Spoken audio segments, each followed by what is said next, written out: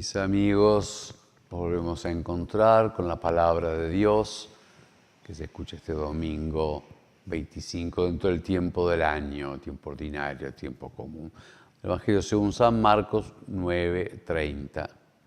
Jesús atravesaba la Galilea junto con sus discípulos y no quería que nadie lo supiera, porque enseñaba y le decía: el Hijo del Hombre va a ser entregado en manos de los hombres, lo matarán y 3 días después de su muerte resucitará. Pero los discípulos no comprendían esto y temían hacerle preguntas. Llegaron a Cafarnaúm y una vez que estuvieron en la casa, les preguntó de qué hablaban en el camino. Ellos callaban, porque habían estado discutiendo sobre quién era el más grande. Entonces, sentándose, llamó a los 12 y les dijo: el que quiere ser el primero debe hacerse el último de todos y el servidor de todos.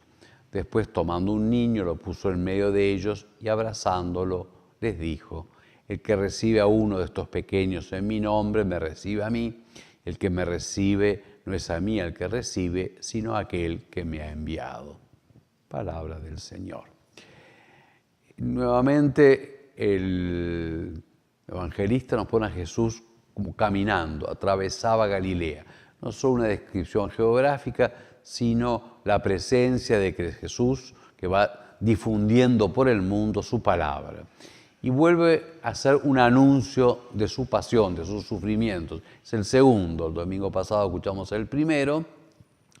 El entremedio estuvo la transfiguración, subió al monte y frente a 3 discípulos, Pedro, Santiago y Juan, de un modo adelanta su gloria, manifiesta su gloria, la que va definitivamente a estar aún en su cuerpo después de la resurrección como un anticipo. Y vuelve pues un segundo anuncio y habrá un tercer anuncio. 3 es un número muy definitivo, como una permanente anuncio de que este Mesías es un Mesías sufriente y un Mesías crucificado. Dice, va a ser entregado en manos de los hombres.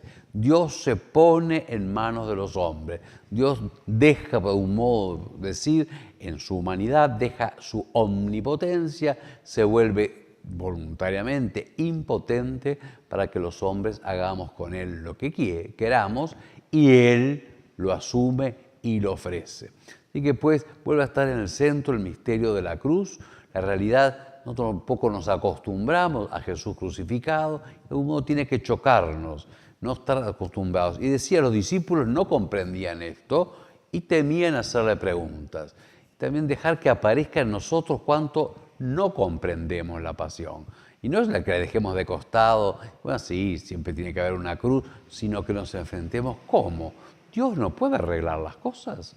¿Cómo? Dios no puede, con su poder, sacar a los malos y poner a los buenos. Dios no puede darnos aquello que nosotros queremos y necesitamos. Bueno, de algún modo Dios que puede no lo hace.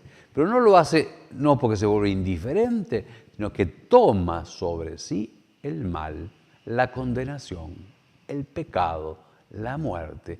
Y en esa calidad y en ese hecho infinito lo va a transformar. Y está bien pues que nos saquemos el temor y preguntemos. En segundo lugar, aparece que en contraposición, los que no comprendían y a su vez no preguntaban, sin embargo se ocupaban de sus cosas, discutían sobre quién era el más grande. Fíjense como que desacomodo. El que es grande se hace pequeño, se abaja. Los que no valemos ahí creciendo y buscándose a sí mismos. Pidamos pues a Jesús que nos muestre realmente dónde está una parte del camino de la cruz, que es hacernos servidores y abajarnos.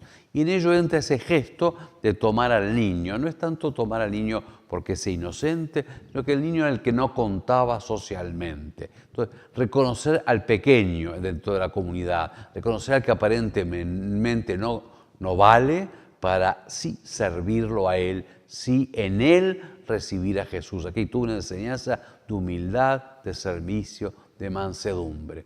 Que el Señor nos muestre su cruz, su abajamiento, nos lleve a preguntar, a luchar de un modo y a dejarnos transformar en pensamiento, en afecto y en conducta por el camino de la cruz.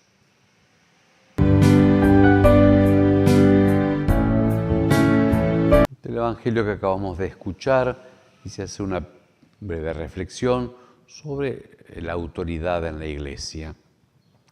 Hemos escuchado que Jesús a los 12, de algún modo, les enseña sus misterios, los lleva aparte y son ellos mismos que después va a enviar, vayan y prediquen el Evangelio, vayan y enseñen a cumplir todo lo que les he mandado.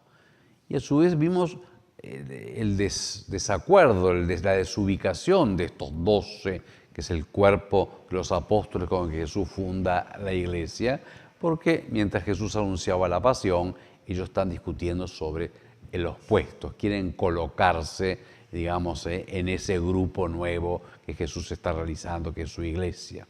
Y Jesús les enseña con un gesto que es poner a un niño, que es uno que no contaba en la sociedad antigua, y hasta no hace mucho, y que no podía ni opinar. Bueno, a él es el que tiene que servir, al pequeño, al que no cuenta, al niño, al pobre, al pecador, al que no aparece importante dentro de la comunidad. En primer lugar, la primera reflexión, que en la fe católica, como recibimos la Iglesia de Jesús, hay pues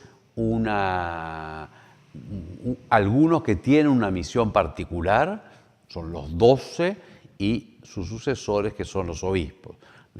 No entra en nuestra elección si nos gusta o no los obispos o este obispo, sino una realidad de fe. Jesús en su encarnación, al hacerse hombre, toma elementos humanos, instrumentos suyos. Algunos son más fáciles de aceptar, aunque piden mucha fe, que un pedazo de pan sea el cuerpo de Cristo. Cuesta aceptarlo, pero a su vez no crea en ninguna rechinar. Y lo mismo el agua, con la invocación que nos haga hijos de Dios. Pero es más complejo cuando el instrumento es un instrumento humano, como es el obispo, es el sacerdote. Entra en que Cristo glorificado obra a través de estos hombres. Obra enseñando la palabra de Dios, obra especialmente en los sacramentos, los cuales toda la eficacia le viene de Cristo, y obra también en reunir, porque Jesús ha dejado no una religión o un libro o una idea, sino un pueblo, una iglesia también. Les toca pues de algún modo gobernar, unificar. Aquí es donde entra mucho más la limitación de este instrumento. No hay iglesia sin la comunión con el obispo y la comunión con el papa, y que a su vez la comunión se vuelve obediencia, y los que deben cuidar también deben ordenar y mandar. Pero continuamente los que tenemos esta misión somos acechados por el pecado, pecados personales iguales a todos que podemos tener y los cuales tenemos que luchar, y los propios tentaciones de este lugar, como es el usar la autoridad mal, el usarla de modo violento, el usarla según los propios intereses, el ocultar sus propios errores. Es una tentación y una realidad. O sea, lo vemos en las Sagradas Escrituras, en la Iglesia Apostólica, que a lo largo de todo este tiempo cae esta dificultad, y siempre, y no es para justificar, es un instrumento desproporcionado. Estos hombres y su capacidad, su deber de representar a Dios, especialmente en este gobierno. Sin embargo, digo, la unión y el gobierno es imprescindible para la existencia de la Iglesia. Según los tiempos, a veces más fácil o más difícil aceptar o comprender.